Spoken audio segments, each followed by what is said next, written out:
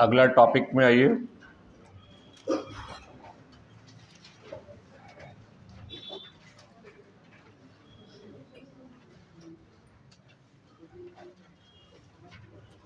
आर्थिक और वाणिज्यिक परिदृश्य। आर्थिक और वाणिज्यिक परिदृश्य।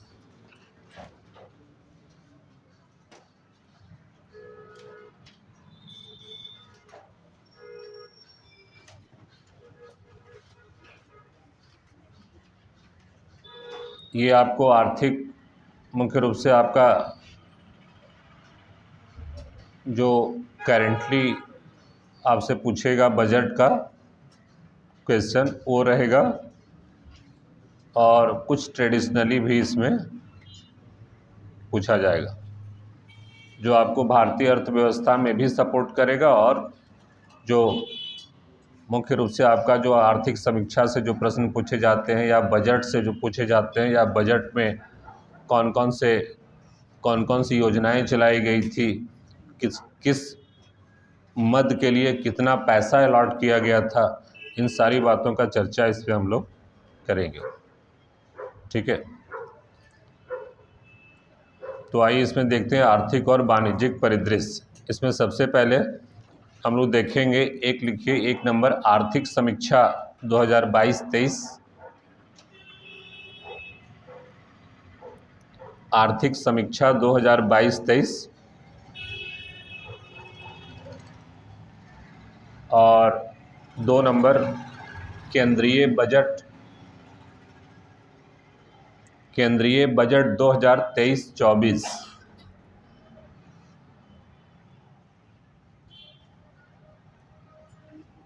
2023-24 का चर्चा करेंगे ना, अभी जो हाल में जो आया है उसका नहीं।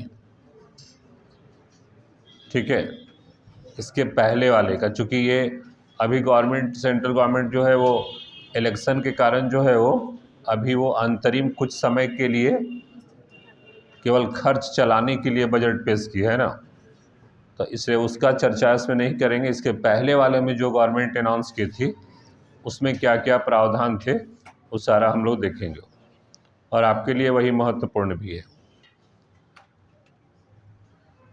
क्योंकि वो बजट जो था वो बहुत ही इम्पॉर्टेंट बजट था, अमृतकाल का बजट, तो इसलिए उसका डिटेल देखेंगे। सबसे पहले आ जाइए आर्थिक समीक्षा 2022-23 के कुछ महत्वपूर्ण तथ्य।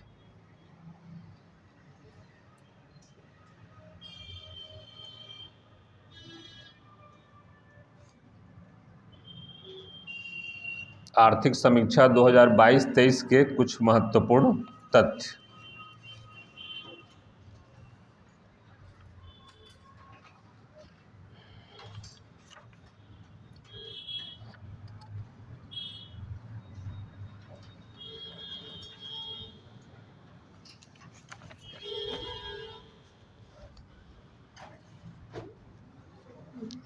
लिखिए 31 जनवरी 2023 को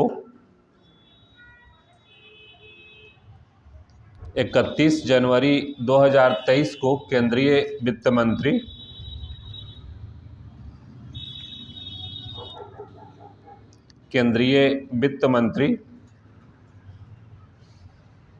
श्रीमती निर्मला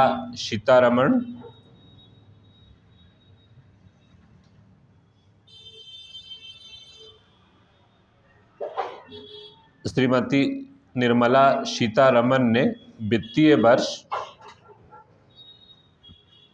2022-23 की आर्थिक समीक्षा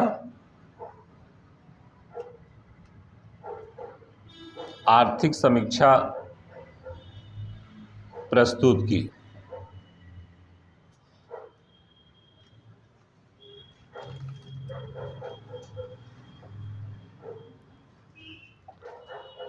वित्त मंत्रालय के प्रमुख आर्थिक सलाहकार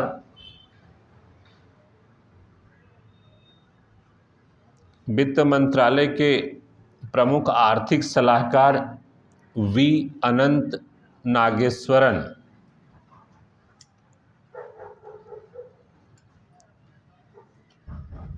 वी अनंत नागेश्वरन के निर्देशन में इसे तैयार किया गया था।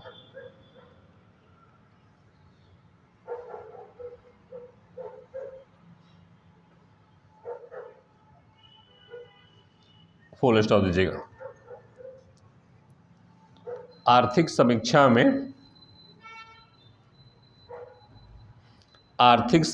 में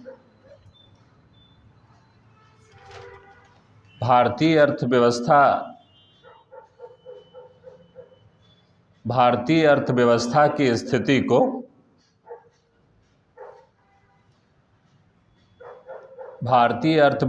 की स्थिति को स्पष्ट करते हुए कहा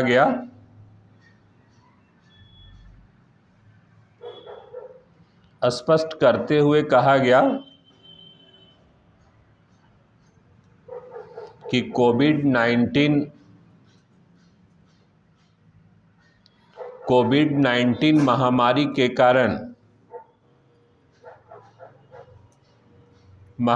के कारण अर्थव्यवस्था में गिरावट दर्ज की गई।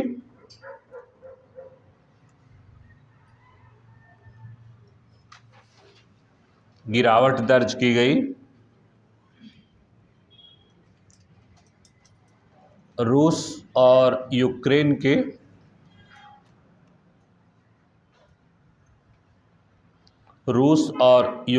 के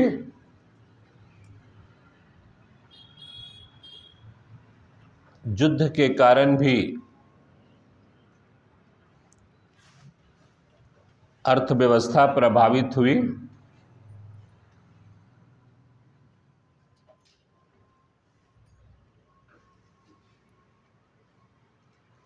और महंगाई के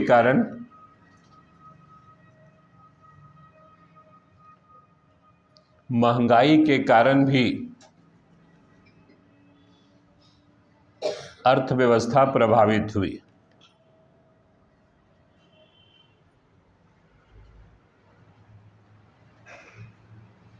लेकिन इन सब से उबरने के बाद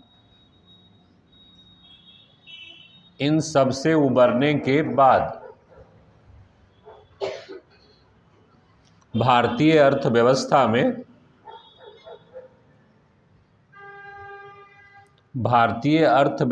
में प्रायः सभी क्षेत्रों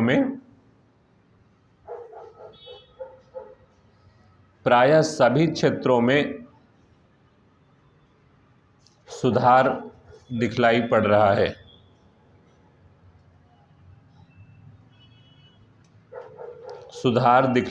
रहा है। फुल स्टॉप दे दीजिएगा। इस आर्थिक समीक्षा की मुख्य बातें हैं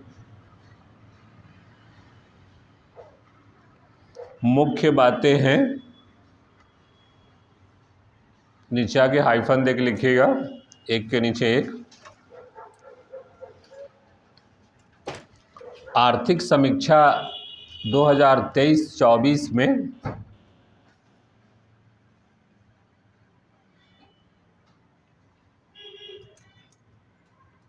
उसको थोड़ा लाइन को ठीक कर लीजिएगा ना, आर्थिक समीक्षा में कर दीजिएगा। आर्थिक समीक्षा में 2023-24 के दौरान भारत की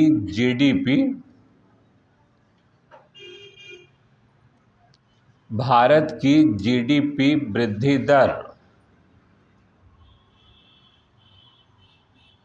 वृद्धि दर 6.0 से 6.8%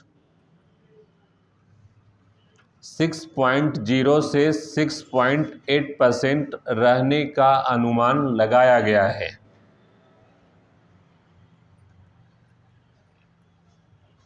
रहने का अनुमान लगाया गया है। ठीक है,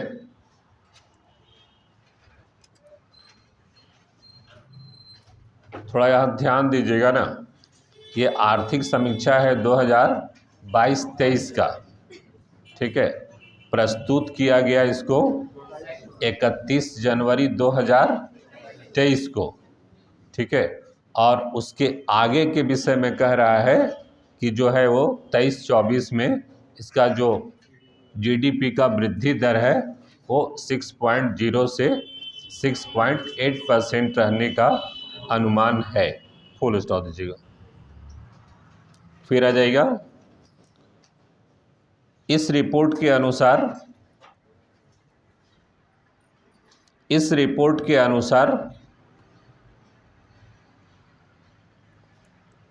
भारतीय क्रय शक्ति में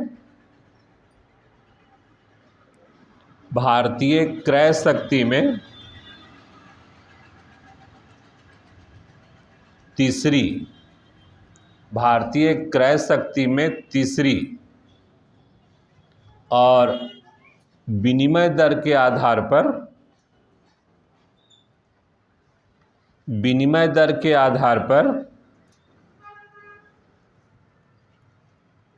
पांचवी बड़ी अर्थव्यवस्था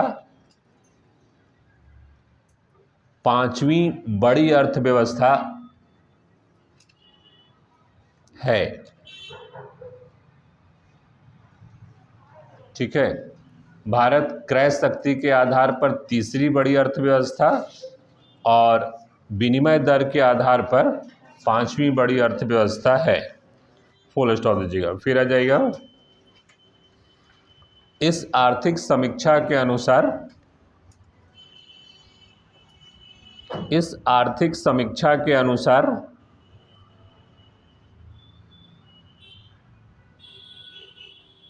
2022-23 में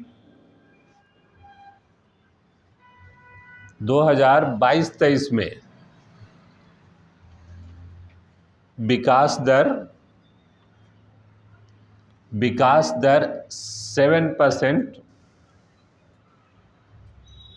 7% अनुमान रखा गया था।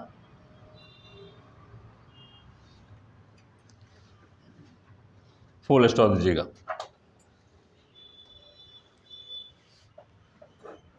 जबकि 21-22 में ये 8.7% था, उसके बाद केवल 7%, उसके बाद फिर अभी 6.0 से 6.8%।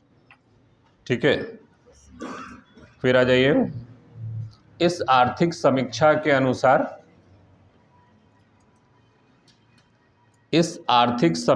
अनुसार सूक्ष्म, लघु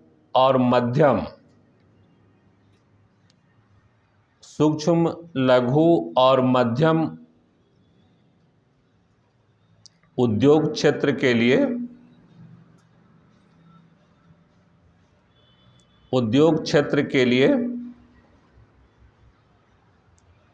ऋण में वृद्धि दर्ज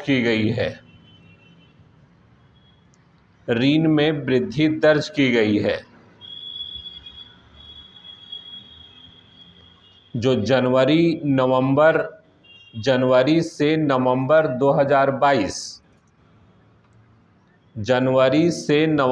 2022 के दौरान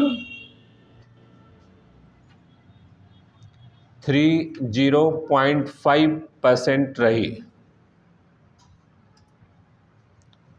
जनवरी से नवंबर 2022 के दौरान 3.05% रही, यानी 3.05% वृद्धि जो था वो ऋण के क्षेत्र में दर्ज की गई। फुल स्टॉप दीजिएगा। फिर आ जाएगा केंद्र सरकार का पूंजीगत व्यय, केंद्र सरकार का पूंजीगत व्यय 2023 के लिए 2023 के लिए लगभग 63.4% के दर से 63.4% की दर से बढ़ा है।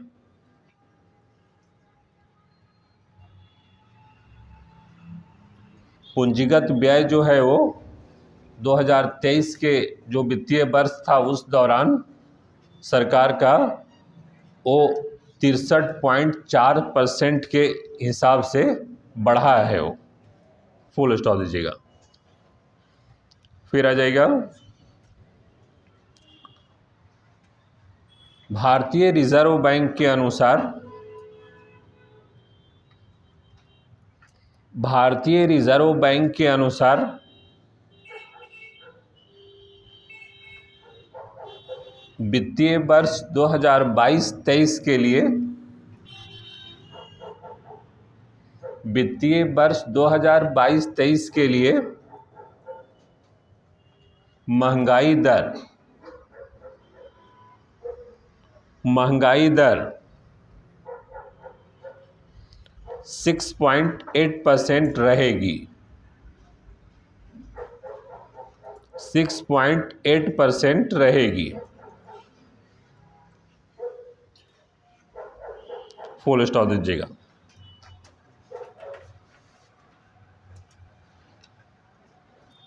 फिर आ जाएगा अंतर्राष्ट्रीय मुद्रा कोष, अंतर्राष्ट्रीय मुद्रा कोष के world economic outlook, world economic outlook के अनुसार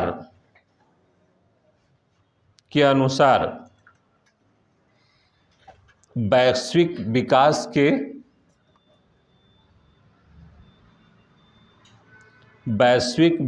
के वर्ष 2022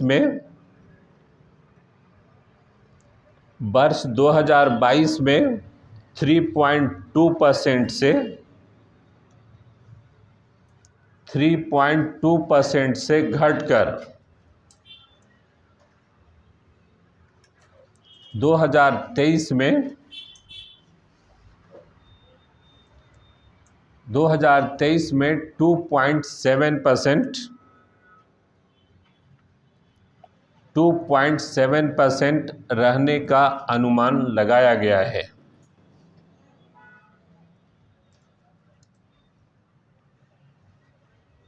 2.7% रहने का अनुमान लगाया गया है।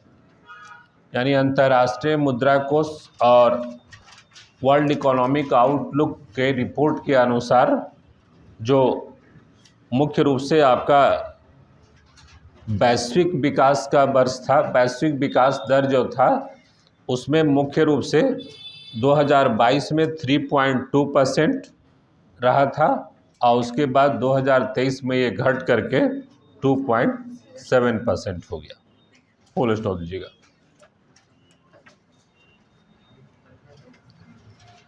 फिर आ जाएगा इस रिपोर्ट के अनुसार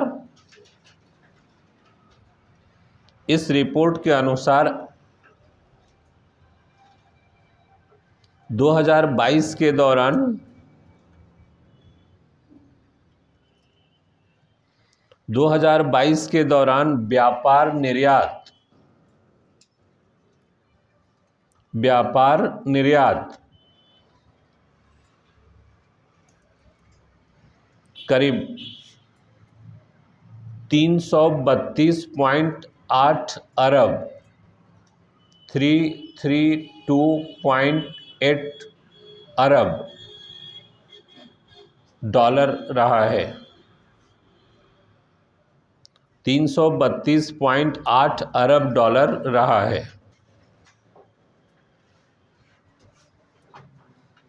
फिर आ जाएगा दिसंबर 2022 तक, दिसंबर 2022 तक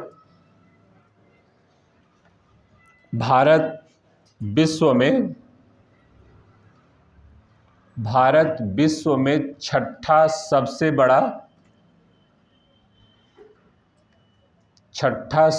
बड़ा विदेशी मुद्रा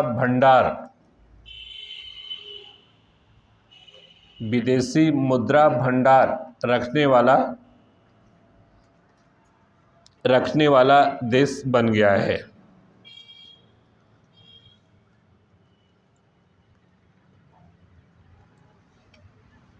फुल स्टॉप दे दीजिएगा।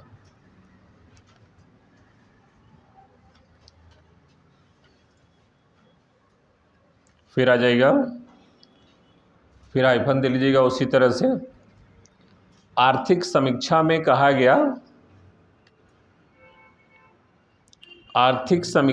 कहा गया कि अप्रैल से नवंबर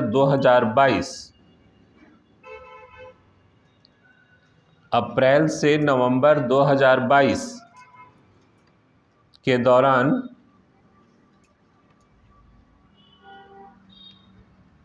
कुल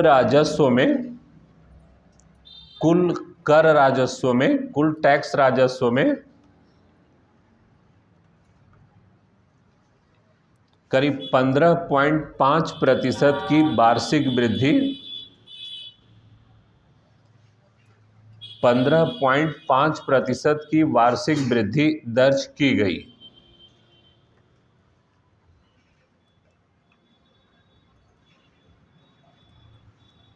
जो मुख्य रूप से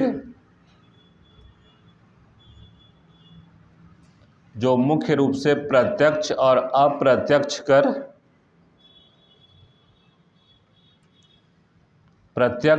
अप्रत्यक्ष कर से प्राप्त हुआ है।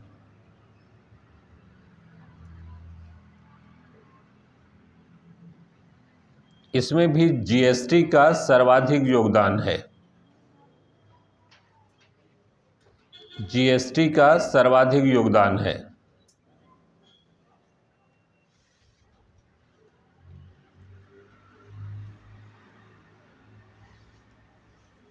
फुल स्टॉप दीजिएगा। फिर हाइफन देके आ जाएगा।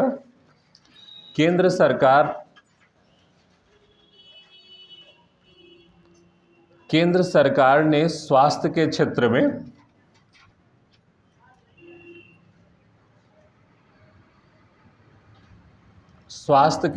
में अनुमानित व्यय को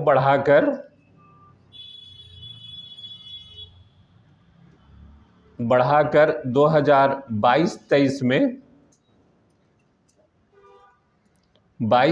में जीडीपी का 2.1% कर दिया है।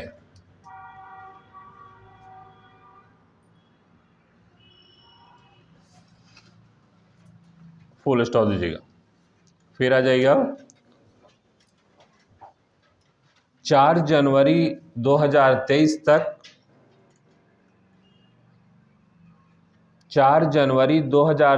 तक आयुष्मान भारत योजना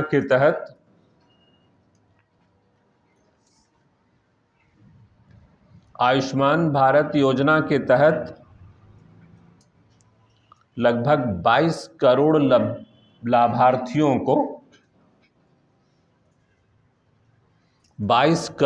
लाभार्थियों को लाभ दिया गया है।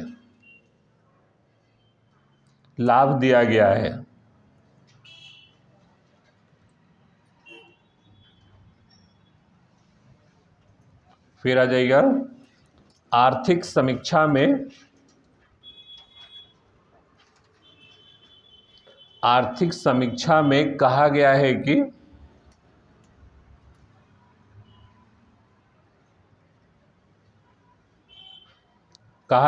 कि यूएनडीपी के बहुआयामी गरीबी सूचकांक रिपोर्ट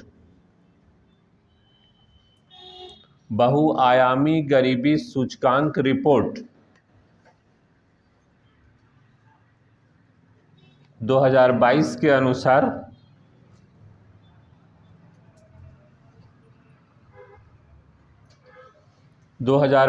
अनुसार भारत में करीब 41.5 करोड़ लोग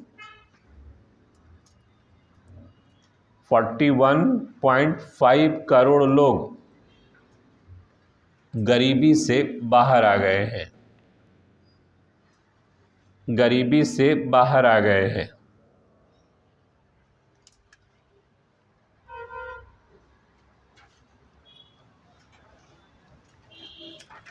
फिर आ जाएगा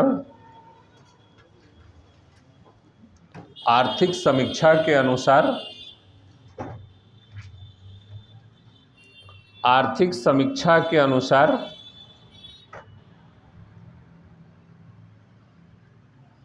6 जनवरी 2023 तक करीब 220 करोड़ से अधिक लोगों को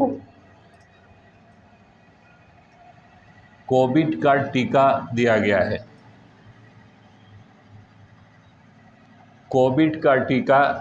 है।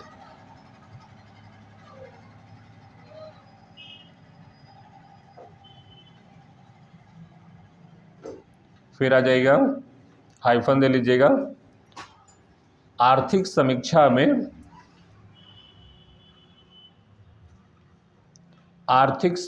में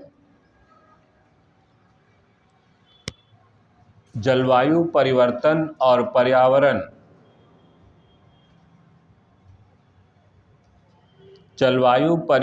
और पर्यावरण की भी चर्चा की गई है।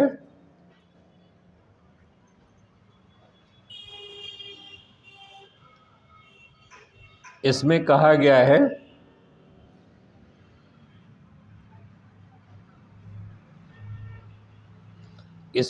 गया है कि भारत 2070 ईस्वी तक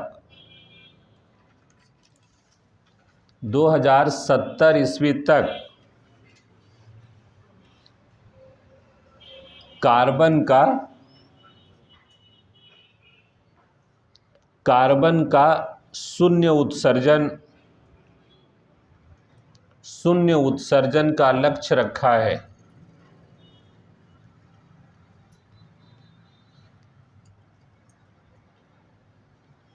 कार्बन का शून्य उत्सर्जन का लक्ष्य रखा है।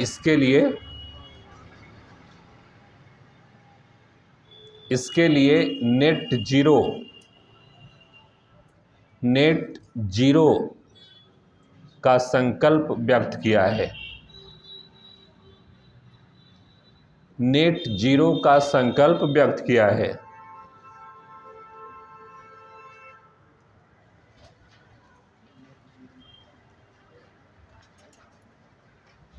ठीक है, यानी 2070 तक जो है वो हम कार्बन को जीरो कर देंगे। ठीक है, फिर आ जाएगा आर्थिक समीक्षा के अनुसार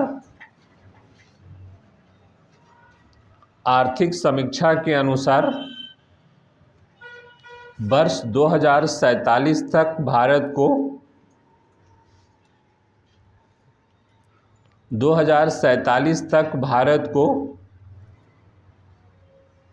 ऊर्जा स्वतंत्र राष्ट्र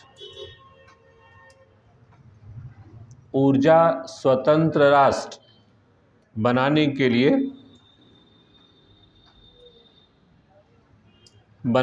लिए राष्ट्रीय हरित हाइड्रोजन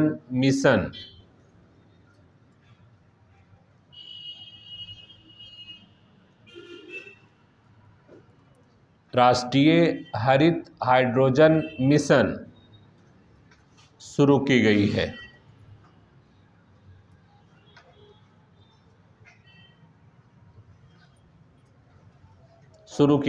इसमें कहा गया है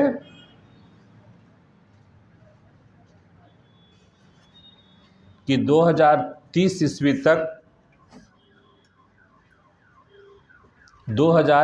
ईस्वी तक कम से कम 5 मिलियन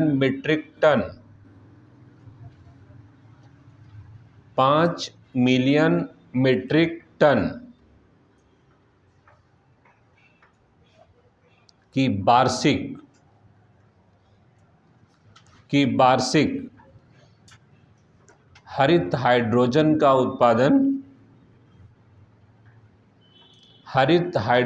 का उत्पादन क्षमता विकसित कर ली जाएगी।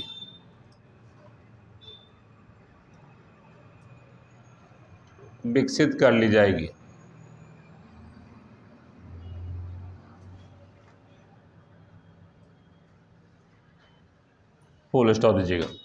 फिर आ जाएगा अक्टूबर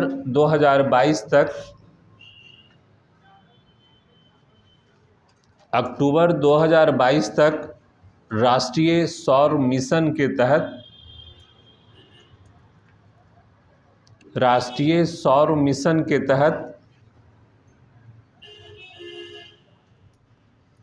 करीब 616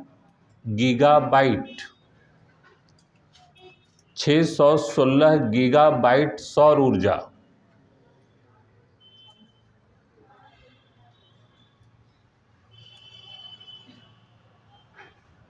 616 गीगाबाइट सौर ऊर्जा की क्षमता स्थापित कर ली जाएगी।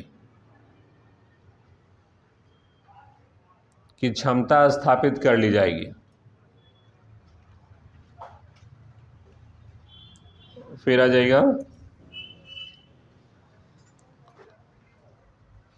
भारत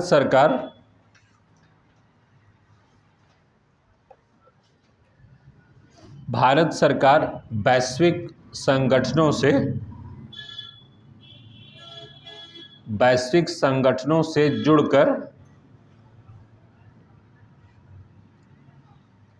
जुड़कर जलवायु परिवर्तन के लिए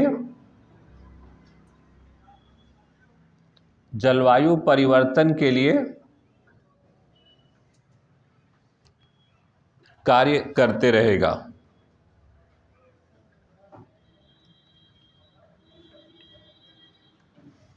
फुल स्टॉप दीजिएगा।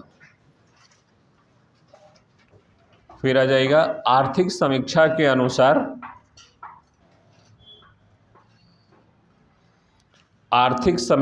अनुसार प्रथम अग्रिम अनुमान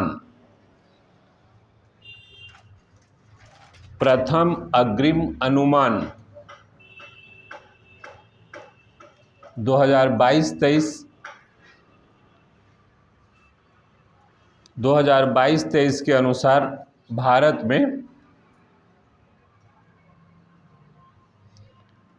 में करीब 3,157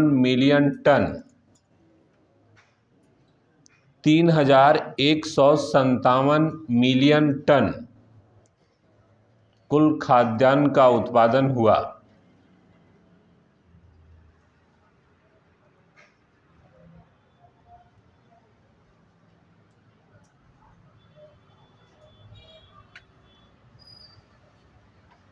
फुल स्टॉप दीजिएगा। फिर आ जाएगा 2021-22 में 2021-22 में कृषि और उससे संबद्ध क्षेत्रों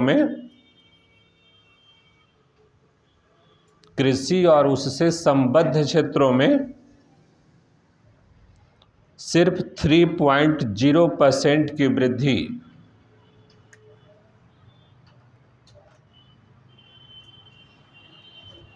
3.0% की वृद्धि हुई थी।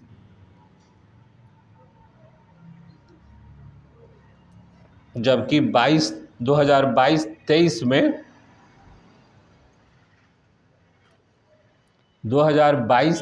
में करीब 4.6% की औसत वार्षिक वृद्धि दर्ज की गई।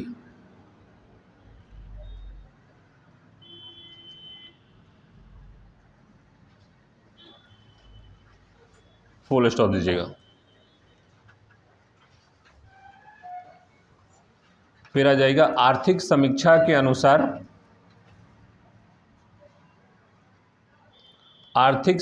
के अनुसार 2021-22 के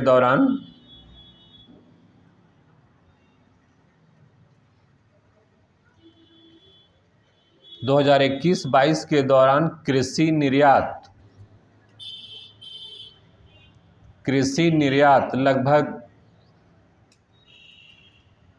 50.2 बिलियन 50.2 बिलियन अमेरिकी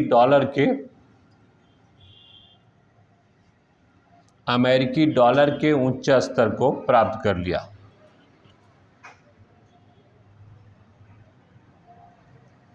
50.2 बिलियन अमेरिकी डॉलर को प्राप्त कर लिया। फुल स्टॉप दीजिएगा। इसी रिपोर्ट के अनुसार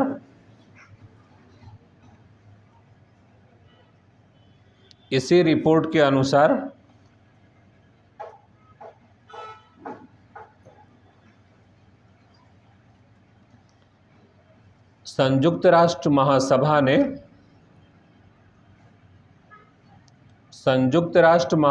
ने मार्च 2021 के दौरान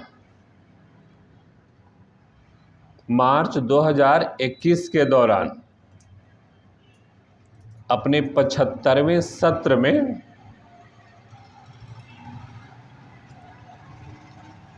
75वें सेशन में 2023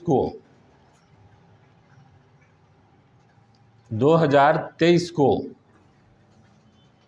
अंतर्राष्ट्रीय मोटा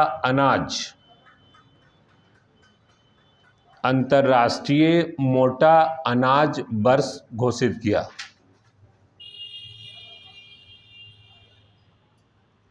अंतर्राष्ट्रीय मोटा अनाज वर्ष घोषित किया। फुल स्टॉप दीजिएगा।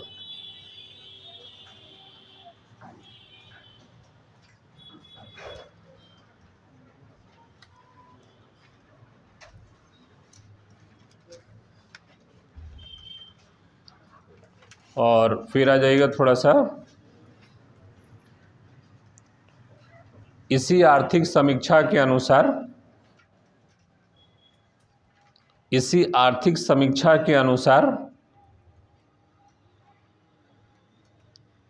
1 जनवरी 2023 से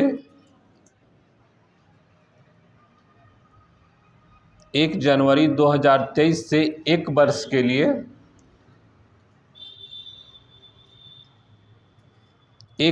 के लिए राष्ट्रीय खाद्य सुरक्षा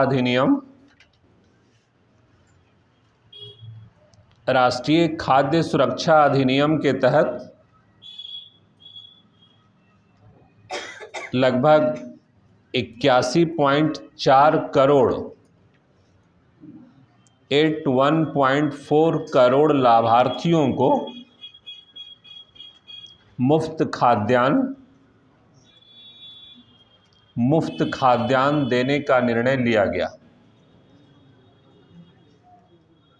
81.4 करोड़ लाभार्थियों को मुफ्त खाद्यान्न देने का निर्णय लिया गया।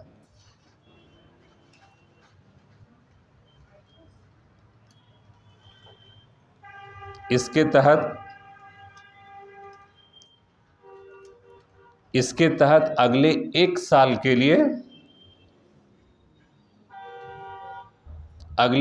साल के लिए लाभार्थियों को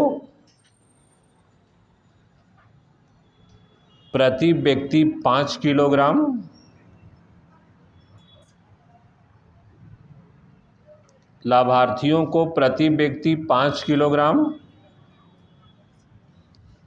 और अंत्योदय अन्न योजना के लाभार्थियों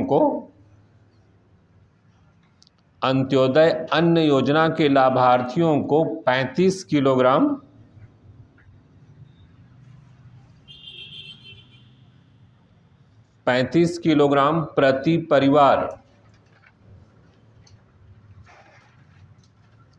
प्रति परिवार मुफ्त में खाद्यान्न उपलब्ध कराएगी।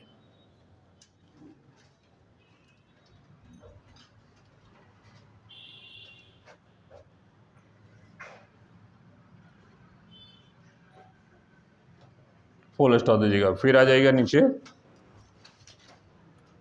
पीएम किसान योजना के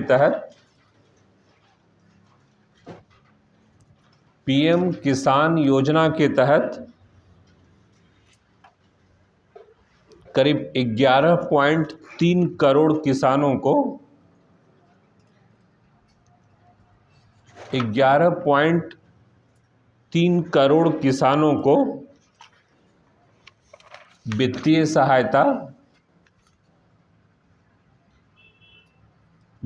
सहायता उपलब्ध कराई गई है।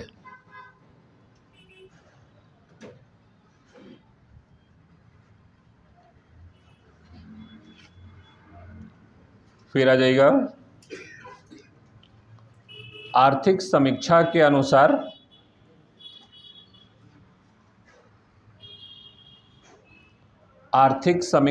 अनुसार सकल घरेलू उत्पाद के हिस्से के रूप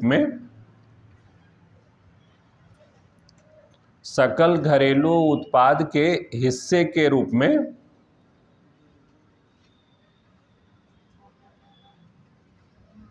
वस्तुओं और सेवाओं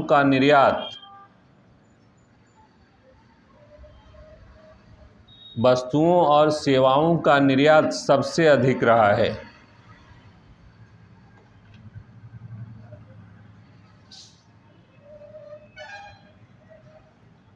फुल स्टॉप दीजिएगा। फिर आ जाएगा नीचे, इस रिपोर्ट के अनुसार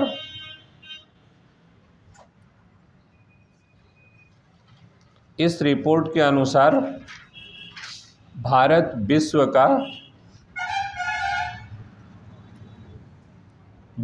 विश्व का सबसे अधिक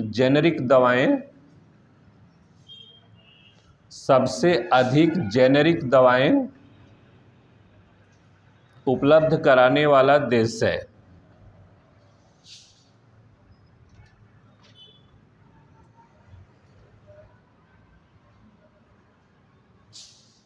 और सबसे बड़ा वैक्सीन निर्माता देश भी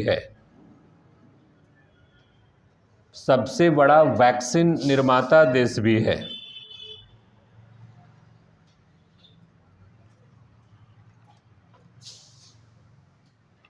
भारत का लक्ष्य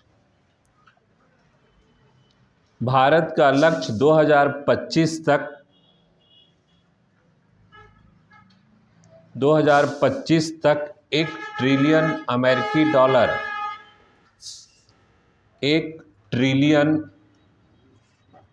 अमेरिकी डॉलर की डिजिटल अर्थव्यवस्था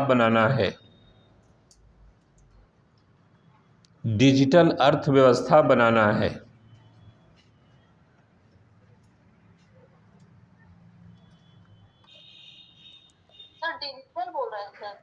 डिजिटल अर्थव्यवस्था बनाना है, फुल स्टॉप दीजिएगा। फिर आ जाइएगा वित्त वर्ष 2022-23 में, वित्त वर्ष 2022-23 में सेवा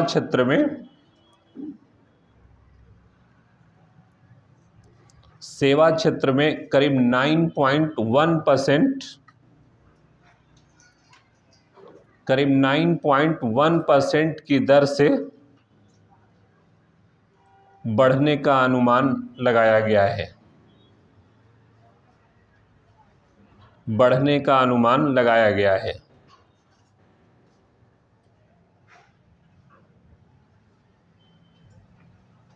दो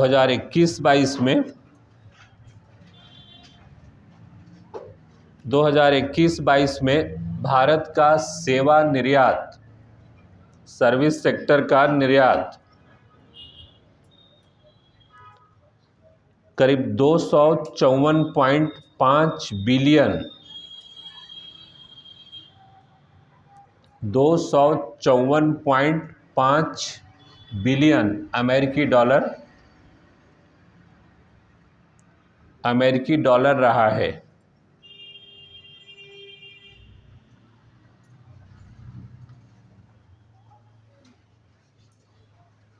और भारत का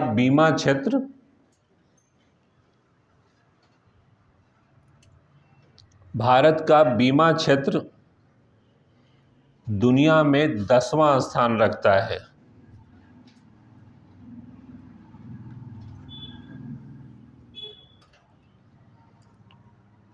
फुल स्टॉप दीजिएगा।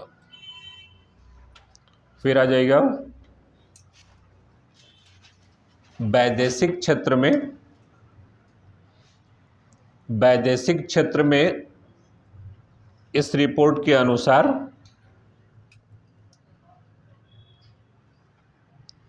2022 के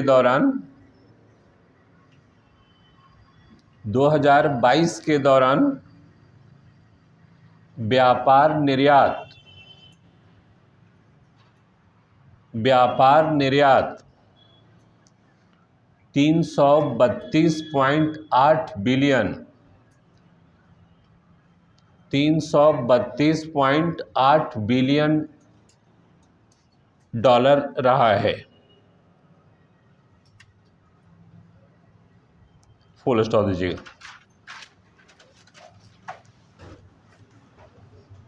और इसी दौरान व्यापार आयात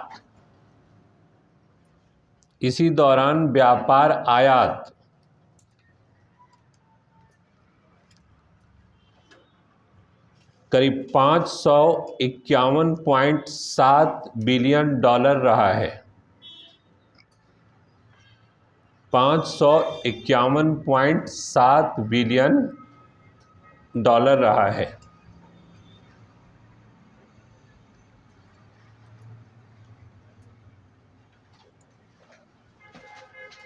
फुल स्टॉप दे दीजिएगा।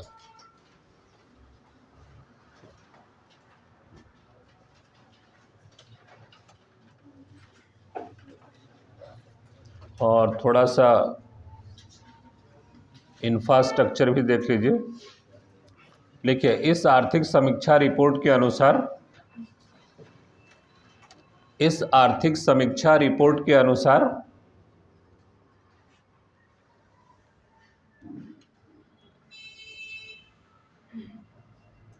करीब 16 राज्यों में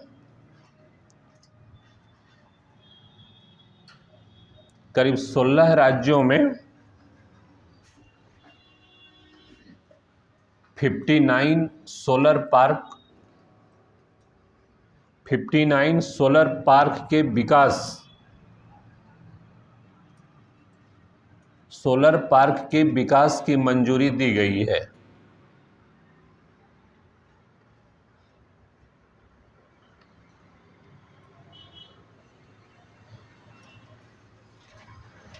फिर आ जाएगा नीचे कुल विद्युत उत्पादन में सबसे बड़ा हिस्सा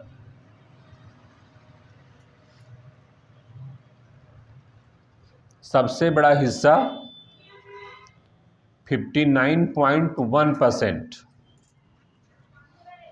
59.1% थर्मल पावर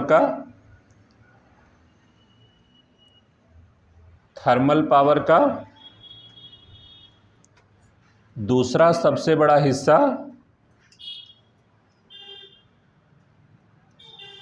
27.5%, 27.5% अक्षय ऊर्जा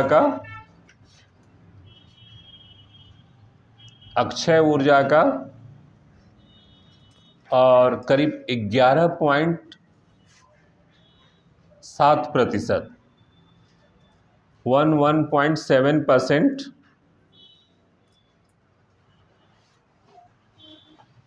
हाइड्रो प्रोजेक्ट का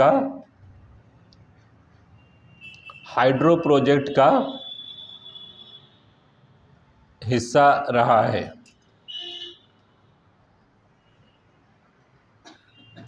यानी सबसे अधिक कुल विद्युत उत्पादन में थर्मल पावर का, फिर अक्षय ऊर्जा का और तीसरा सबसे बड़ा हिस्सा हाइड्रो पावर का। ठीक है, फिर नीचे आ जाएगा। देखिए, इस समीक्षा रिपोर्ट के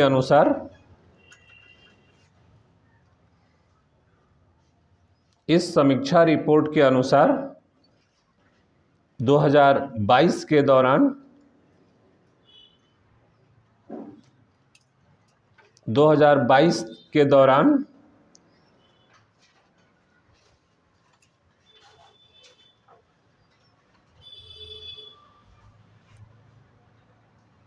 अक्टूबर 2022 तक कर दीजिएगा ना, अक्टूबर 2022 तक करीब 4060 किलोमीटर 4060 किलोमीटर राष्ट्रीय राजमार्ग का निर्माण किया जा चुका है।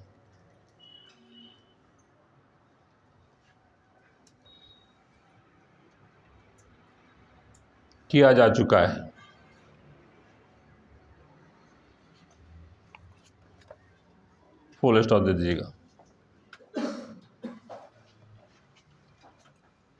और हाल ही में करीब 106 नए जल मार्गों को 106 नए जल मार्गों को राष्ट्रीय जलमार्ग, नेशनल वाटरवे, राष्ट्रीय जलमार्ग घोषित किया गया है,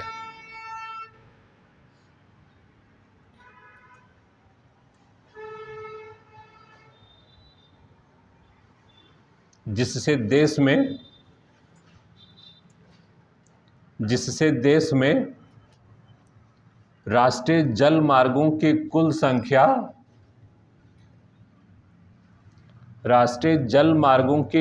संख्या 111 हो गई है। 111 हो गई है।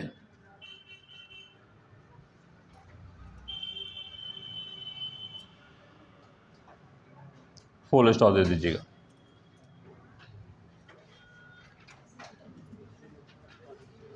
पैराग्राफ चेंज कर दीजिएगा। इस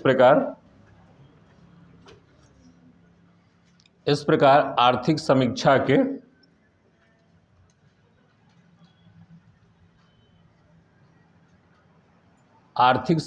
के उपरोक्त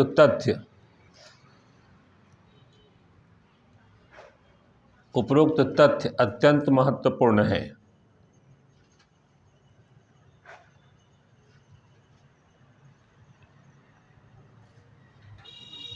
और एक चीज और लिखिएगा, आर्थिक समीक्षा 2022-23 के आधार पर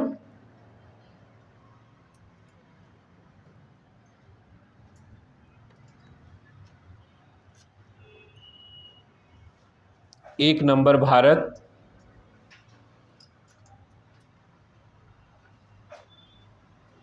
एक नंबर भारत 100 बिलियन अमेरिकी डॉलर, सामने डैश देख लिखिएगा, 100 बिलियन अमेरिकी डॉलर।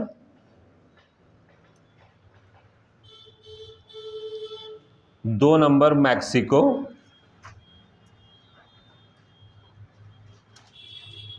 दो नंबर मैक्सिको 60 बिलियन अमेरिकी डॉलर।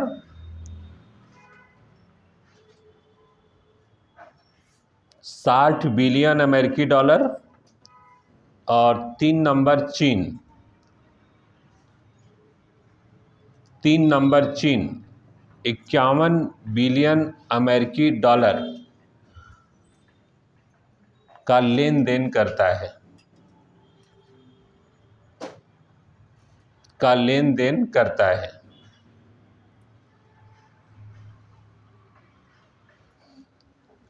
ठीक है, यानी धन का लेन देन जो है वो वैश्विक व्यापार में सबसे अधिक भारत, फिर मैक्सिको, फिर चाइना। और एफडीआई भी थोड़ा देख लीजिए तो समाप्त हो जाएगा। फिर वित्त वर्ष 2022-23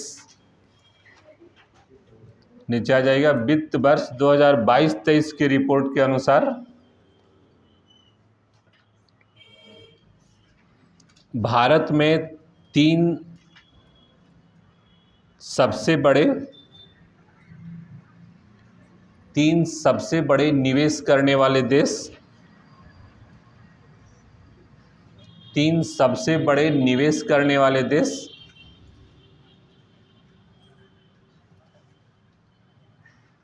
एफडीआई वाले देश। एक नंबर सिंगापुर,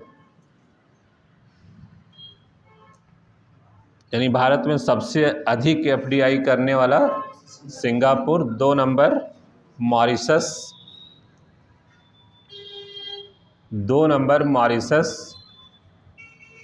और तीन नंबर संयुक्त अरब अमीरात, यूएई। यानी सबसे अधिक सिंगापुर करता है, फिर मॉरिशस किया है, उसके बाद यूएई किया है, ये देश। लेकिन कौन सा है जो सबसे अधिक आकर्षित करता है, यानी सबसे अधिक किस क्षेत्र में जो है वो निवेश किया गया है? तो नीचे आगे दे दीजिए हेडिंग, भारत में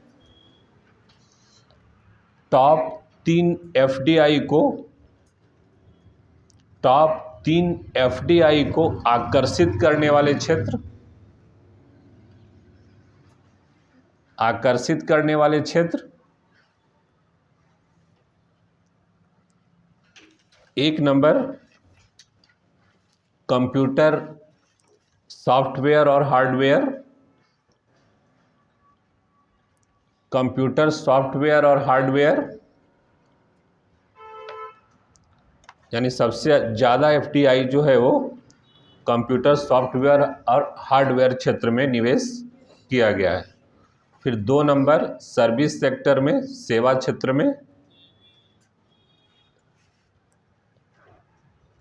और तीन नंबर व्यापार में,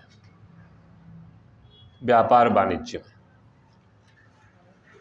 ठीक है, ये भी आर्थिक समीक्षा 2022-23 के आधार पर विश्व बैंक का रिपोर्ट जो था वो बताया था कि कौन सबसे ज़्यादा धन का लेन देन करता है और कौन कौन सा एफडीआई कौन सा देश करता है। भारत में सबसे अधिक किया है और कौन सा क्षेत्र में सबसे ज़्यादा किया है, ये बहुत इम्पॉर्टेंट है। ठीक है, आज इसको यहीं छोड़ दीजिए आर्थिक समीक्षा को।